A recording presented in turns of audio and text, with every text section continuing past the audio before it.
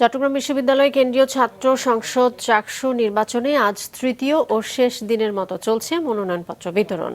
সকাল 9:30 থেকে বিকেল 3:30 পর্যন্ত চলবে এ কাজ। আজ এখনো পর্যন্ত প্রায় 400 জন শিক্ষার্থী মনোনয়ন ফর্ম সংগ্রহ করেছেন।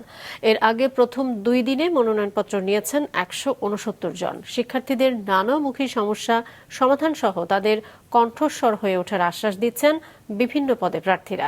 চাকসু নির্বাচনে মনোনয়নপত্র সংগ্রহের আজ শেষ দিন হলেও জমা দেয়া যাবে আগামীকাল 17 সেপ্টেম্বর পর্যন্ত। 21 সেপ্টেম্বর প্রার্থীদের প্রাথমিক তালিকা প্রকাশ করা হবে। 25 সেপ্টেম্বর প্রকাশিত হবে চূড়ান্ত তালিকা। ভোট গ্রহণ 12 অক্টোবর। সাধারণ শিক্ষার্থী যে কণ্ঠস্বর, যারা কোনো পার্টি কিংবা রাজনৈতিক লেজুর ভিত্তির বাইরে থেকে পড়াশোনা করছে, তাদের যে ভাবনা এবং তাদের যে মুক্ত কণ্ঠস্বর, সেই কণ্ঠস্বরের প্রতিনিধি হওয়ার আকাঙ্ক্ষাই হচ্ছে যে এই সংসদে কার্যনির্বাহী সদস্য হিসাবে যে ভোটের লড়াইয়ে যাওয়া। আমাদের কিছু মৌলিক যে জিনিসগুলো, যেমন পানি অথবা আমাদের যেই প্রার্থনা করার যে ঘরটা অথবা একটু লাইব্রেরি ব্যবস্থাপনাটা একটু বাড়ানো, এই সকল বিষয়ে একটু নজরদারিতা প্রয়োজন। অন্তত পক্ষে আমি তাদের কণ্ঠস্বর হয়ে কথাগুলো বলতে চাই।